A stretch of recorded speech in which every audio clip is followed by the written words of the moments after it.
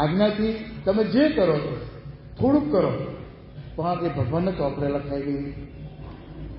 એ છે કે સત્સંગ આપણને એ શીખવે છે. સંતનો સમાગમ કરતો હોય ને એમાં તો એને સદગુણોનો ભંડાર ભરાઈ જાય, દુર્ગુણો ટળી જાય. અને દુર્ગુણો ટાળવા માટે સંત સમાગમ કરવાનું છે.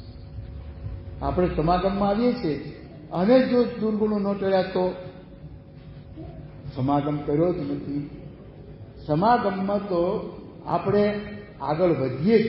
આપણે જ્યાં છીએ ત્યાંથી એક પગલું આગળ, જ્યાં છીએ ત્યાંથી એક પગલું આગળ આપણી વૃદ્ધિ થવી જ જોઈએ સત્સંગમાં. અને એટલે સ્વામી કહે છે કે મોટાને હાથ જોડવા અને કહે તેમ કરવું. આ બે વસ્તુ આવી. હાથ જોડવા એટલે દીનતા, એકદમ નમ્રતા. એમાં આપણે પછી માન મોટો છોડી દેવા પડે. ભગવાનને સંત પાસે માન રાખવું નહીં. માન મોટો શત્રુ છે. આપણને કંઈક સેવા કરી હોય ને એનું માન આવી જાય, પૈસાથી સેવા કરી હોય એનું માન આવી જાય. પછી ગમે તેટલી આપણે ભક્તિ કે ભક્તિનું માન આવી જાય. મારે બધું નામ ગણાયું છે, પ્રથમના 56માં ગણાયું છે. આ બધા માન છે, એ ટળતા નથી. હવે એ ટાળીને ભક્તિ કરીએ ને ત્યારે ભક્તિ સાચી. અહીંયા પણ આપણે આવીએ ત્યારે જો કોઈ આગળ પાછળ ઉઠાડીને બેસાડે તો આપણું માન ભવાતું હોય છે. એ વખતે દાસના દાસ રહ્યા ખરું, દિન આધીન રહ્યા ખરું, ભગવાનને હાથ જોડાય ખરું.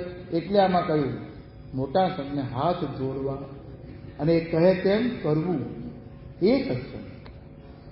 એને હાથ જોડી દીનતા, બસ ભગવાન પાસે દીન ભાવે નમીએ જઈએ, નમસ્કાર કરીએ, એના આશીર્વાદ મળી જાય.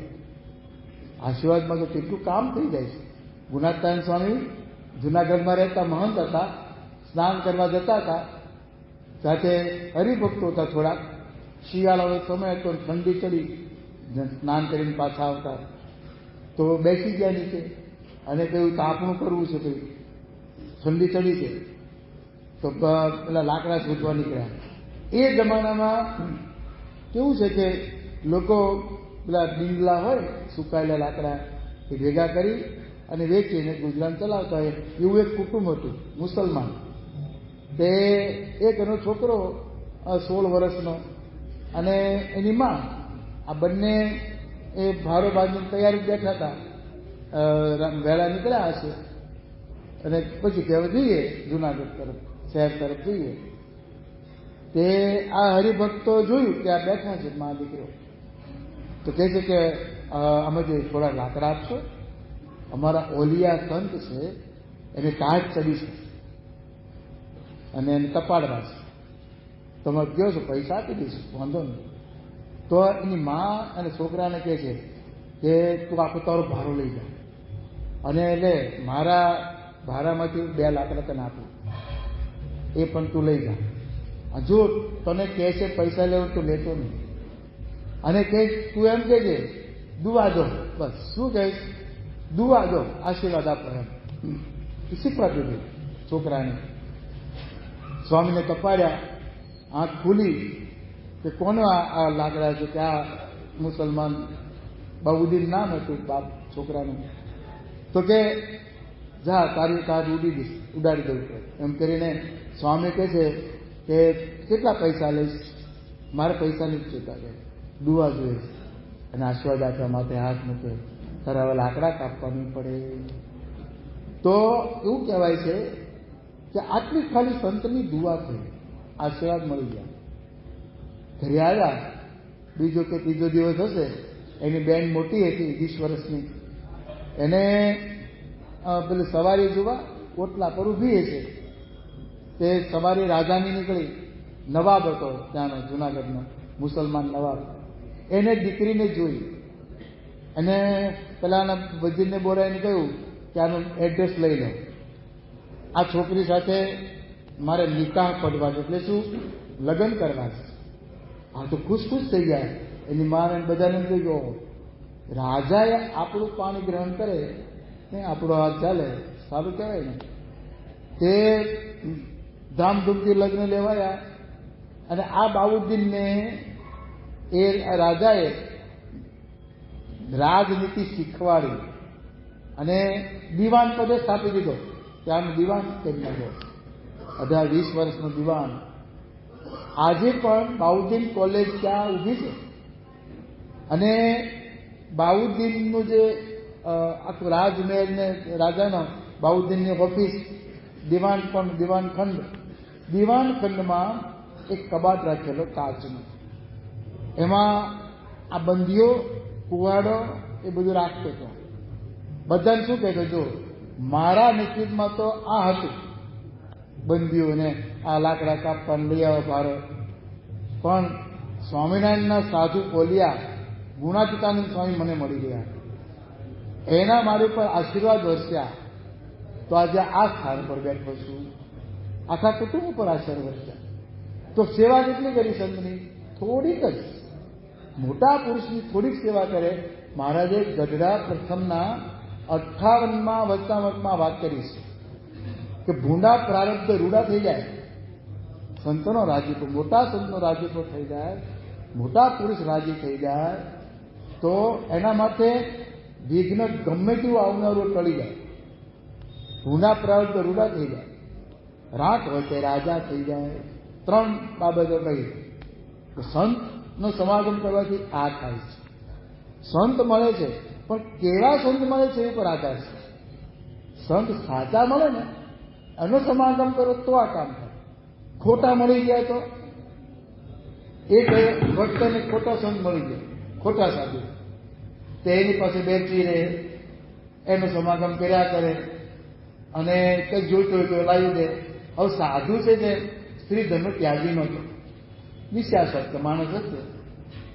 તે પેલા ભાઈ તો સાધુ સાતો માનીને સેવા કરતો. પછી શું કહ્યું કે ગુરુજી, તમે જ્યારે હું જ્યારે મારો દેહ પડે ને ત્યારે તમે મને તેડવા આવજો. તો સારું, આવીશ. પણ એ પેલા ગુરુજીને દેહ પડી ગયો, ગુરુ ચાલ્યા ગયા. એટલે હવે પછી થોડા સમય પછી આનો દેહ પડે. તો ગુરુજી પોતે પધાર્યા, જેવો વેશ હતો એવા જ વેશે તેડવા હાલો. પછી એને ઉપાડો કે હો ગુરુજી, ખરેખર તમે આવ્યા. ઉપાડીને ક્યાં લઈ ગયા? ભૂતળા બધા રહેતા હોય ત્યાં, મળ મૂત્ર અને આ ક્યારે એ બધા ભૂત રહેતા હોય ત્યાં જીવને નાખ્યો. બરાબર, તમે અહીંયા ક્યાં નાખો છો? એટલે છીછી ગંધાય. તો કે આજ આપણું ઘર, પણ મેં તમારો સમાગમ કર્યો તોય કે તે ઓળખીને જીવ જોડ્યો હતો. હું કેવો સાધુ છું, હું કેવું છું, મારામાં ધર્મ જ્ઞાન વૈરાગ્ય ભક્તિ છે કે નહીં, તે ઓળખીને જીવ નહોતો જોડ્યો. એટલે તારું સ્થાન અહીંયા મારી સાથે ભૂત થયો બિચારો, સમાગમ કરતો કરતો ભૂત થયો. એટલે જો સાચા સંત ન મળ્યા હોય અને એમાં જોડાણ થઈ ગયું હોય તો આવું થાય છે. એટલે બહુ ધ્યાન રાખવાનું. સત્સંગ એટલે સત્પુરુષનો સંગ, સત્સંગ એટલે પરમાત્માનો સંગ, સત્સંગ એટલે સત્શાસ્ત્રનો સંગ. આ સત્સંગ દીક્ષામાં મહંત મહારાજે લખ્યું છે. આ આપણે સત્સંગમાં આ વિચારવાનું કે ખોટો સંગ ન થઈ જાય, એ કુસંગ છે. કુસંગે કરીને તો જીવનું ગુંડું જ થાય. એટલે સત્સંગ કરતા કરતા જાણપણું આ રાખવાનું કે મારથી કુસંગ ન થઈ જાય. અને સત્સંગમાં આપણે આ સ્વામિનારાયણનો સત્સંગ કહેવાય, આપણે સભા કહેવાય, એને શું કહેવાય? સત્સંગ સભા.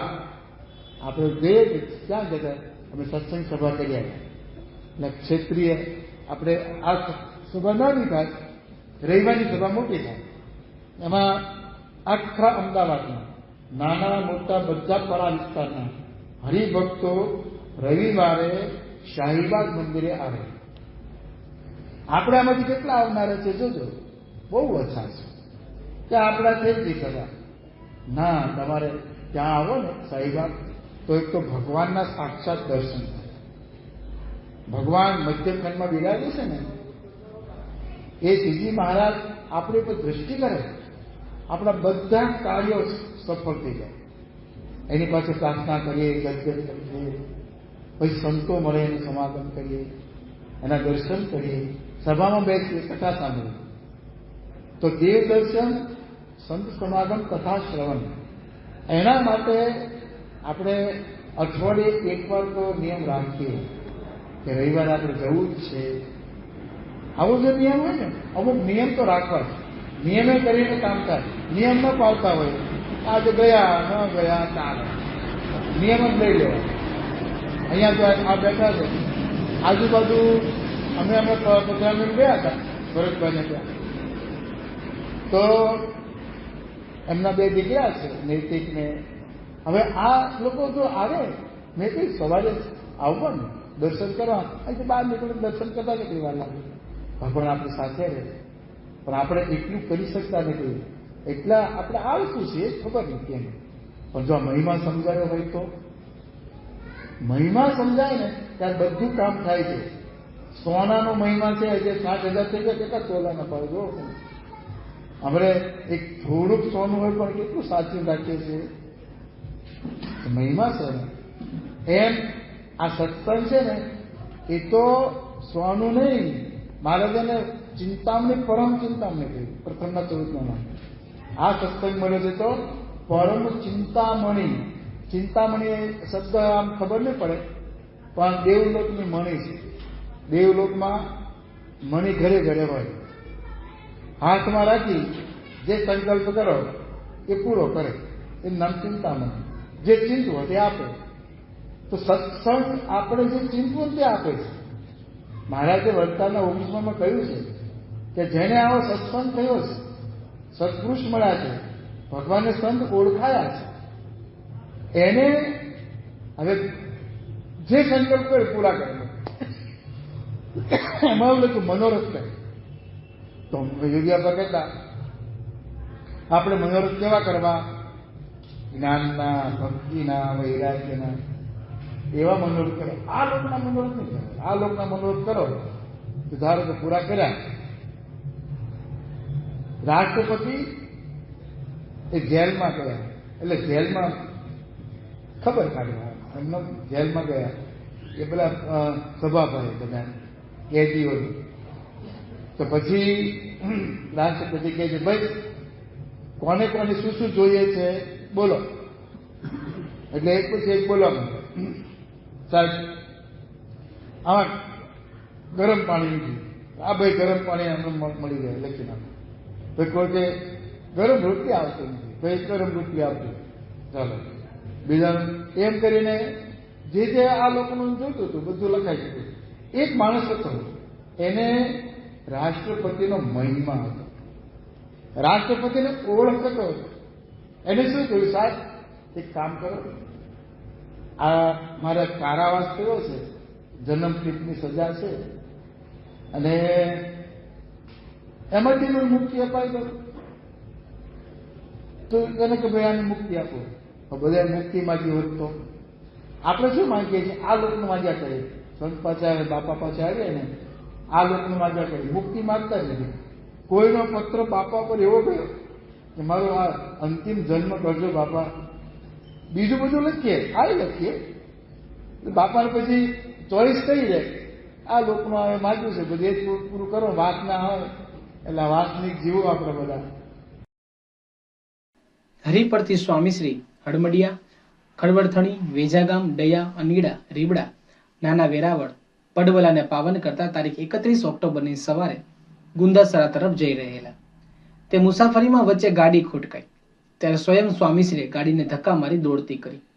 પોતાના પદ પ્રતિષ્ઠા કે સીધી સ્થિતિથી તદ્દન અભાન રહીને જીવતા તેઓને કોઈ શ્રમ કરવામાં નાનપ નહોતી. આ રીતે ગુંદાસરાથી નીકળેલા સ્વામીશ્રી બપોરે 2:30 વાગ્યે ગોંડલ પહોંચ્યા ત્યારે તેઓએ 7 દિવસમાં 25 ગામોને અન્નકૂટના પ્રસાદની મીઠાશથી ભરી દીધેલા. જ્યારે સ્વામીશ્રી અક્ષર મંદિરે પહોંચ્યા ત્યારે માં આનંદમયી દ્વારા પ્રેરિત 27મી સ્વયં સપ્તાહ મહાવ્રત શિબિરમાં ઉપસ્થિત મહામંડલેશ્વરોમાં મુંબઈ સ્થિત સંન્યસ્તાશ્રમના શ્રી બ્રહ્માનંદજી, ઋષિકેશ સ્થિત કૈલાસઆશ્રમના શ્રી વિદ્યાનંદ ગિરિજી, મસૂરીમાં કાર્યરત રામતીર્થ મિશનના શ્રી ગોવિંદ પ્રકાશજી વગેરે તેઓને મળવા મંદિરે આવવા લાગ્યા. અહીં સર્વ સ્થળે દર્શન કરીને તે સૌ સ્નેહ મિલન માટે સ્વામીશ્રીના ઓરડાની બાજુમાં આવેલા હોલમાં સ્થાન લેવા માંડ્યા. અત્રે દરેક માટે સુંદર ઊંચા આસન તૈયાર કરવામાં આવેલા. તેની પર સૌ ગોઠવાઈ જતા સ્વામીશ્રી પધાર્યા ત્યારે તેઓ માટે જ કોઈ આસન બચ્યું નહોતું. છતાં તેથી લેસ ક્ષોભ અનુભવ્યા સિવાય સ્વામીશ્રી ત્યાં પડેલી એક સાવ પાતળી રજાઈ પર બેસી ગયા. તે જોઈ મંડલેશ્વર સ્તબ્ધ થઈ ગયા કે પોતાને ગાદી તકે બેસાડનારા સ્વામીશ્રી ભૂમિ પર નથી રાખતા ઉરભિમાનની રીતે રહેનારા સ્વામીશ્રીની આ નમ્રતા સરળતા સૌને ઘાયલ કરી ગઈ. એ જ અવસ્થામાં તે સૌએ સ્વામીશ્રીનો હાથ પકડીને તેઓને ઊભા કરી પોતાની વચ્ચે બેસાડી દીધા. ગાદીના વણગણથી મુક્ત ગુરુ હતા સ્વામીશ્રી. મહામંડલેશ્વરોના સમારંભ બાદ ગઢપુર જવા નીકળેલા સ્વામીશ્રીને ગોંડલના ગોંદરે પહોંચતા જ વિચાર સ્ફુર્યો કે ડોક્ટર સામાણી મંદિરે ઉતર્યા છે તો ત્યાંથી તેઓ શિબિર સ્થળે કેવી રીતે જતા હશે. ગોંડલના રાજવી બંગલે યોજાયેલી મહાવ્રત શિબિર માટે આવેલા મુંબઈના આ નામાંકિત તબીબ આપણા મંદિરે રોકાયેલા. યોગીજી મહારાજની સેવામાં તેઓ અવારનવાર આવતા. તેઓ માટે સ્વામીશ્રીએ ગાડી ઊભી રખાવી બાજુમાં આવેલા હરિભક્તના ઘેર જઈ મંદિરે ટેલિફોન જોડ્યો. તેમાં સૂચના આપી, ડોક્ટર સાવાણી માટે મોટર રાખજો. તેઓની વ્યવસ્થા થયેલી જ છે, વ્યવસ્થાપકે જણાવ્યું. તે સાંભળી સ્વામીશ્રીને સંતોષ થયો. સૌને આશ્ચર્ય થયું, પણ ડોક્ટર સામાણીને તો અહોભાવ જ થયો કે અણુની ગતિએ દોડતા સ્વામીશ્રીની નજરમાંથી અણુ જેટલી વિગત પણ છટકતી નથી. એક ગુણભાવી સજ્જનની આમ બરદાસ્ત કરનારા સ્વામીશ્રીની ગાડી હવે ગઢપુર તરફ ગતિ કરવા લાગી. તે વખતે સ્વામીશ્રીનું મન પણ સંપ્રદાયને એક નવી ઊંચાઈએ લઈ જવા તરફ ગતિ કરી રહેલું. ગોંડલમાં એકત્રિત થયેલા મંડલેશ્વરો પૈકીના કેટલાક તેઓને પૂછા કરેલી कि आपका दार्शनिक सिद्धांत क्या है, प्रस्थान यात्री पर आपके संप्रदाय का भाष्य है.